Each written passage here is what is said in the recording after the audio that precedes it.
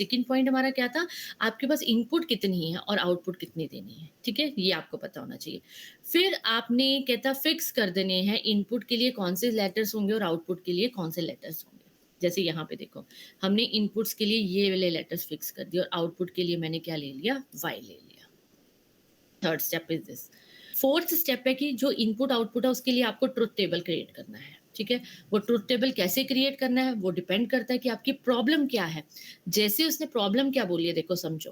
कहता आपकी आउटपुट 1 आएगी if more than 1 inputs are at logic 1। अगर आपकी इनपुट एक से ज्यादा, मतलब आपके पास कितने इनपुट्स है, I1 I2 और I3। कहता एक से ज्यादा अगर आपके पास 1 आ गए तो आपने आउटपुट 1 देनी है। मान लो अगर एक 1 भी आ गया तो आउटपुट 0 ही आएगी। फिर से देखो क्या कहा उसने कि output is at logic 1 when more than 1 inputs. More than 1 का क्या मतलब होता है, उसने एग्जैक्टली 1 नहीं बोला, यहाँ पे वर्ड्स को समझना है। मोर देन 1 का मतलब है कि एक से ज्यादा 1 अगर आएंगे इनपुट्स में तब आपकी आउटपुट 1 आनी चाहिए। तो मैंने केसेस ले लिए। पहले हमने केसेस बनाए कि मेरे पास 3 इनपुट्स है तो 8 केसेस बन गए, ठीक है? These are the 8 cases. अब हम इस पे चेक करेंगे कि जहां पे 2 या 2 से ज्यादा 1 होंगे वहां पे आउटपुट 1 आएंगे। पहले वाले केस में कोई भी 1 नहीं है तो आउटपुट क्या आएगी, 0। इसमें एक 1 है तब भी आउटपुट 0 क्योंकि उसने मोर देन 1 बोला है, ठीक है? यहाँ पे भी एक 1 है, आउटपुट 0। यहाँ पे 2 1 आ गए तो आउटपुट क्या आएगी, 1 आएगी। फिर यहाँ पे भी एक 1 है, आउटपुट 0। यहाँ पे 2 1 है, आउटपुट 1। 2 वंस आउटपुट 1, 3 वंस हो जाएंगे तो फिर तो डेफिनेटली 1 ही आएगा, ठीक है? हम्म, तो ये क्या बन गया, हमारा ट्रुथ टेबल क्रिएट हो गया। नेक्स्ट उसने क्या बोला था, ट्रुथ टेबल। अब जो ट्रुथ टेबल बना है कहता है उसमें ना के मैप यूज करके आपको अब क्या निकालना है, बुलियन एक्सप्रेशन निकालना है, ठीक है? तो बुलियन एक्सप्रेशन के लिए आपको के मैप आना चाहिए, उसके लिए वो मैं आपको बताऊंगी ताकि आपकी ये एक्सप्रेशन बन सके। और इस एक्सप्रेशन से आपने क्या बनाना है, अपना एक सर्किट क्रिएट करना है, that is the combinational circuit. आपको ये स्टेप्स फॉलो करने पड़ेंगे। ओके। डन? तो आपके स्टेप्स क्या है, सबसे पहले प्रॉब्लम को समझो क्या दी गई है, फिर उसमें नंबर ऑफ इनपुट्स देखो कितने हैं, आउटपुट कितने आएंगे।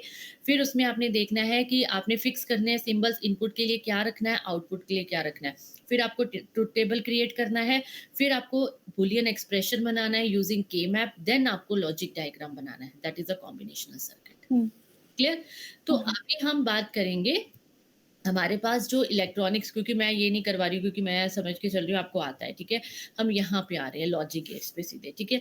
आपके पास 3 तरह के गेट्स होते हैं, कहते हैं कौन-कौन से होते हैं? एक होता है बेसिक और यूनिवर्सल। आपको मैंने बोला ना कि जो हमारा कॉम्बिनेशनल सर्किट है वो इन दोनों पे ज़्यादा वर्क करता है, बेसिक और यूनिवर्सल पे। बेसिक में कौन-कौन से गेट है?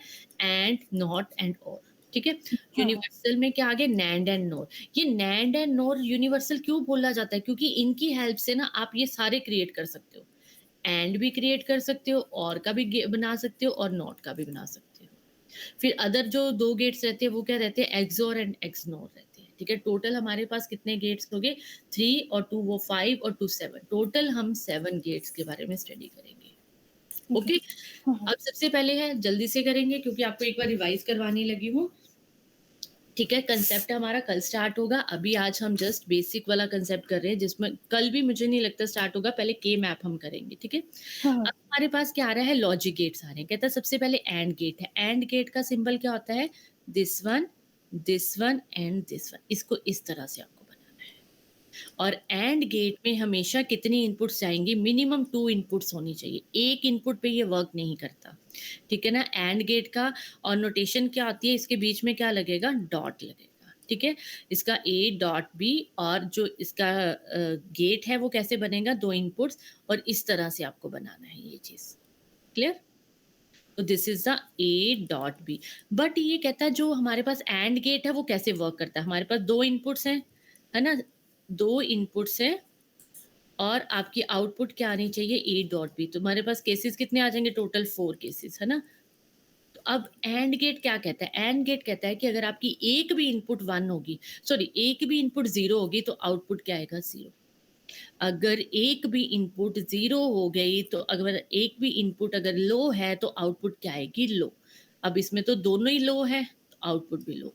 इसमें एक लो है देन अगेन आउटपुट लो, एक लो है आउटपुट लो, बट दोनों हाई है तो फिर आउटपुट क्या आएगी, हाई आएगी। ठीक है? तो एंड गेट कैसे वर्क करता है कि अगर आपके पास एक भी इनपुट 0 होगी तो आउटपुट क्या आएगी, 0 आएगी। क्लियर? हाँ, हाँ। और इसका गेट इस तरह से बनेगा। बेसिकली आपको गेट्स की पहचान होनी चाहिए। अब नेक्स्ट आता है ऑर गेट। अब